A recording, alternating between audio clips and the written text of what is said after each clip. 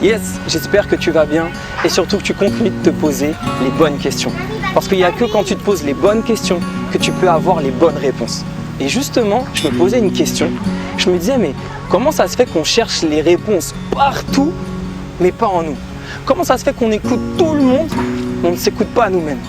Et là, je me suis dit, mais c'est sûrement parce qu'on oublie qu'on est des êtres naturels et qu'on fait partie de la nature du coup. Et que si on comprend les lois de la nature, il y a de grandes chances qu'on comprenne les lois de notre nature. Et si tu regardes bien, la nature, elle a des saisons. Et dans chaque saison, elle bouge de manière différente. Les températures bougent, les animaux bougent, les végétaux bougent, et nous aussi on bouge.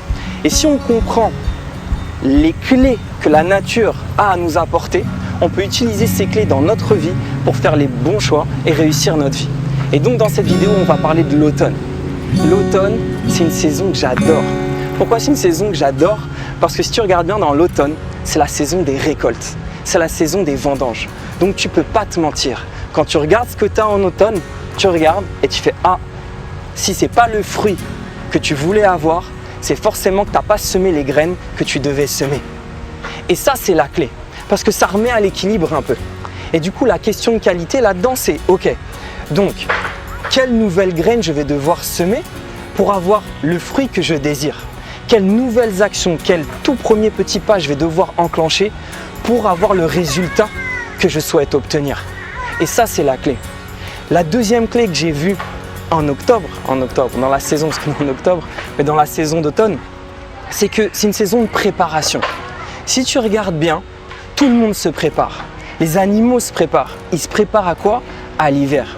Et ils se préparent à l'hiver, donc pour ça, ils vont se nourrir de nutriments riches, d'aliments riches pour pouvoir tenir l'hiver. Et s'ils ne le font pas, qu'est-ce qui se passe? Ils meurent. Et donc pour nous, c'est important de se nourrir de choses riches pour pouvoir tenir l'hiver. Donc, de quoi on se nourrit? Est-ce que tu te nourris de choses qui vont t'enrichir ou est-ce que tu te nourris de choses qui vont t'appauvrir? Qu'est-ce que tu regardes à la télé? Qu'est-ce que tu lis? Qu'est-ce que tu écoutes? De qui tu t'entoures? Qu'est-ce que tu fais de tes journées? Est-ce que ça t'enrichit? Est-ce que ça te permet de te réajuster, de te centrer sur ta mission? Ou est-ce que ça te disperse et ça t'éloigne de ton chemin?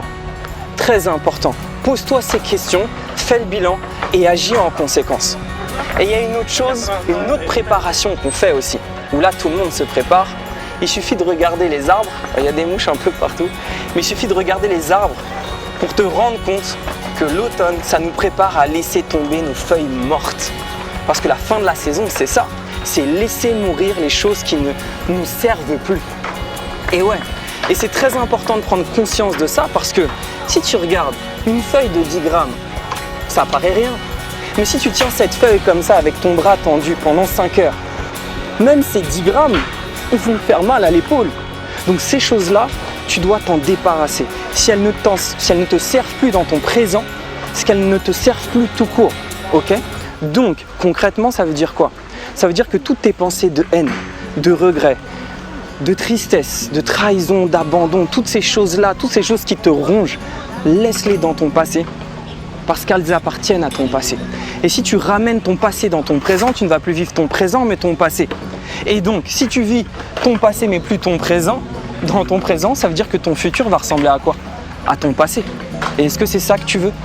Si tu ramènes quelque chose de mort dans ton présent que tu es en train de vivre, tu vas vivre ou tu vas mourir?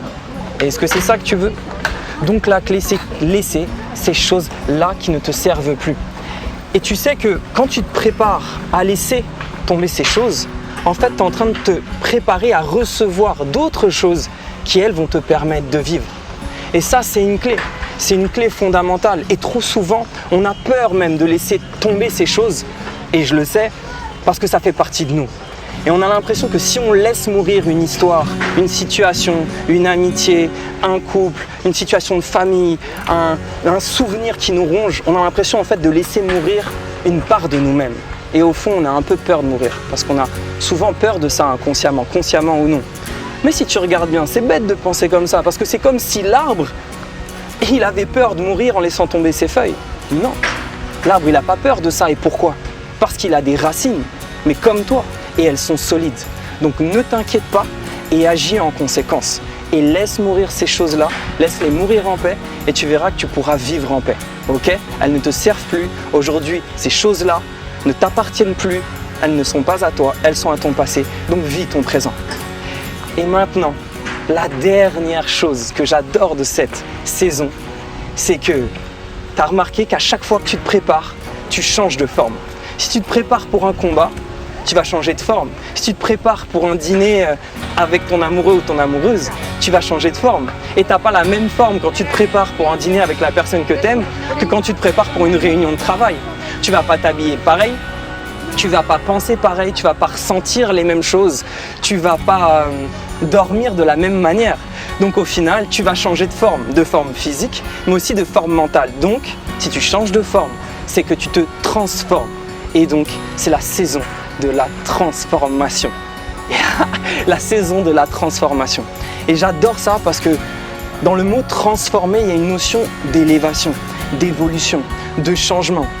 Il y a une notion de dynamique. Il y a vraiment ce truc de allez, on change, on avance, on évolue. Et ça, c'est beau parce que c'est vrai que quand tu te transformes, quand tu te prépares à tout ça, quand tu regardes tes récoltes, quand tu commences à changer tes actions, finalement, tu as l'impression qu'il y a un peu tout qui change autour de toi.